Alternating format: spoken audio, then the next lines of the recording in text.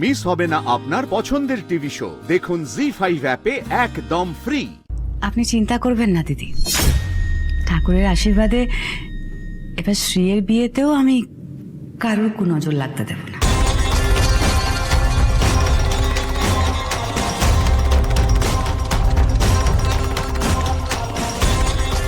শুভদীপের মতন ভালো ছেলে না জুটুক, আমি কিন্তু চাই শ্রীয়রও খুব ভালো বিয়ে হোক, তাড়াতাড়ি বিয়ে হোক। আমি যে ওর জন্য 5 ভরি সোনার গয়না তুলে রেখেছি।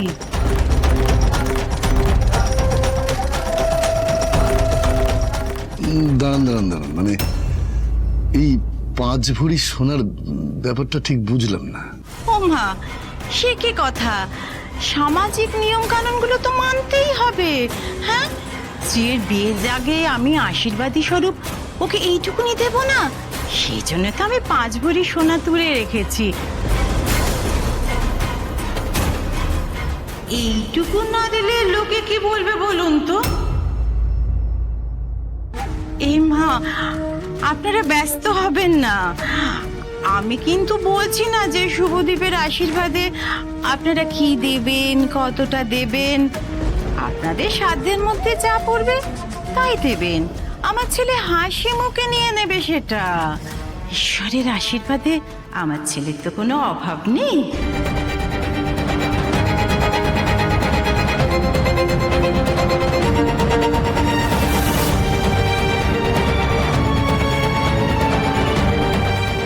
পরমা, এই Parama, Parama,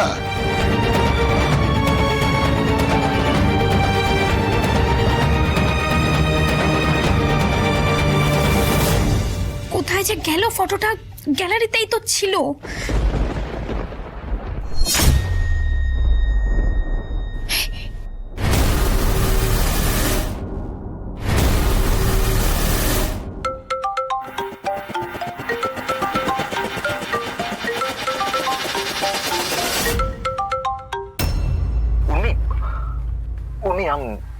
I'm so sorry. I'm really sorry, sweetheart. I'm really sorry.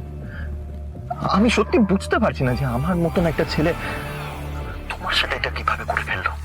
আর তুমি তো তোমার রনিকে চেনো না? মানে অ্যাকচুয়ালি কি হয়েছিল বলতো, একটা ফ্রেন্ডের সাথে না আমার খুব ঝামেলা হয়েছিল, টাকা পয়সা নিয়ে কিছু একটা বড় ঝামেলা হয়েছিল। আর এরকম কোনো ঝামেলা হলে তো আমার মাথায় কিছু থাকে না, মানে আমি কি বলছি কি করছি আমি কিচ্ছু বুঝতে পারি না। So please forgive me, please. Rony, আমি সত্যি খুব কষ্ট পেয়েছিলাম জানো তো। তুমি যদি আমাকে ফোন না করতে আমি কি করে ফেলতাম আমি নিজেও জানি না।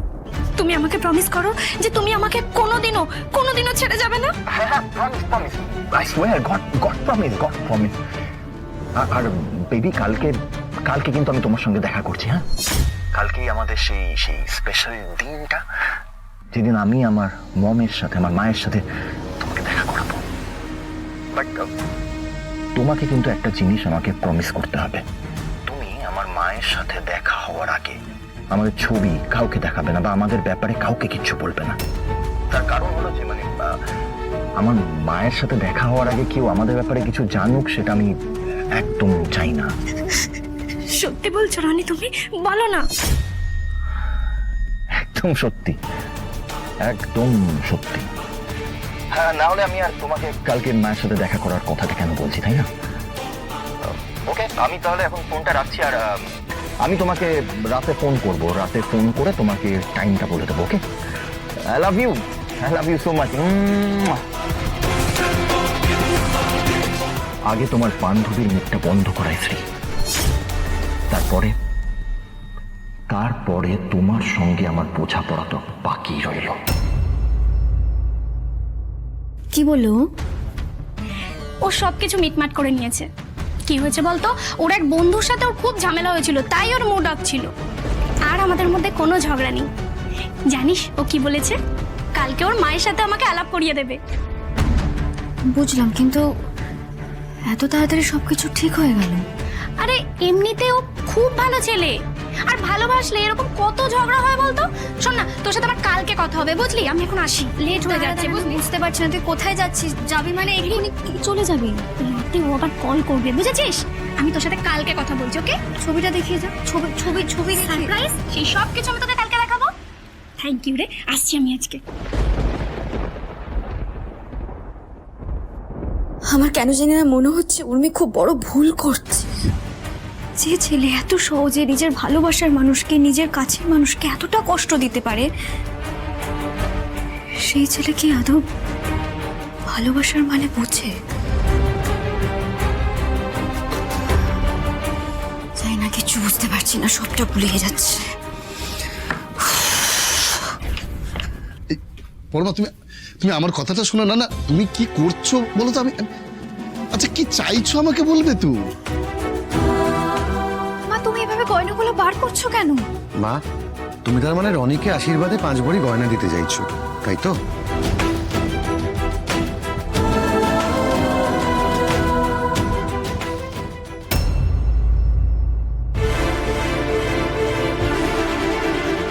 এসব কি করছো মা? মা, কি করছো এসব?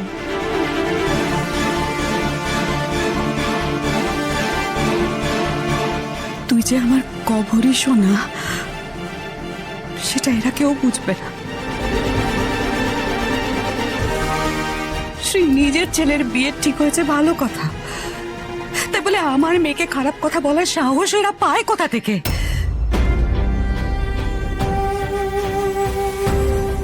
তুই আমায় বল, আমার মেয়ের চাইতে কি আমার কাছে কবরই সোনা বড় হয়ে যেতে পারে?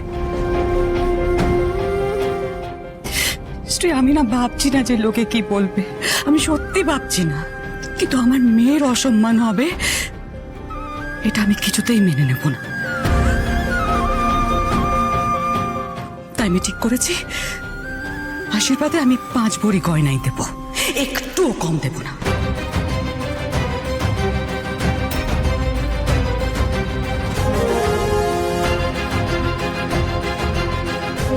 কিন্তু মা, কাল যদি কোনো বিপদ আসে তখন তুমি কি করবে? মা, এই গয়নাগুলো তোমার সারা জীবনের সঞ্চয়, এই গয়নাগুলো তোমাদের শেষ ভরসা, তুমি ওটাও দিয়ে দিতে চাইছো কেন মা?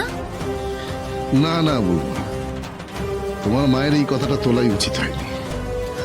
আমার মা তো এই কথাটা বলেনি বাবা, যে আপনাদেরকেও ঘুরিয়ে সম পরিমাণ সোনা ফেলে দেখাতে হবে, তাই না? আর কালকে আমার ভাইয়ের আশীর্বাদ, পরশুদিনকে বিয়ে। আর আমার মা না এই বাড়ি থেকে, আপনাদের সবার কাছ থেকে বেশি কিছু আশাও রাখে না। হ্যাঁ, দেখলেন তো আজকে আপনারা, আমার ভাই নতুন গাড়ি নিয়ে এসেছিল। আমার বাপের বাড়িতে প্রত্যেকটা রুমে এসি লাগানো রয়েছে। আমার মা খুব ভালো মতো জানেন যে এই বাড়িতে কি আছে আর কি নেই। কি বলুন তো, দুটো ফ্যামিলি স্ট্যাটাসটা তো আলাদা, তাই না? এই শোনো বৌমা, স্ট্যাটাস নিয়ে না কথা হচ্ছে না, সত্য শর্ট। তোমার কি মনে হয় গয়নাগুলো আমি কেন দিতে চাইছি? হ্যাঁ, স্ট্যাটাস দেখানোর জন্য? জি5 ডাউনলোড করুন আর সব এপিসোড দেখুন একদম ফ্রি।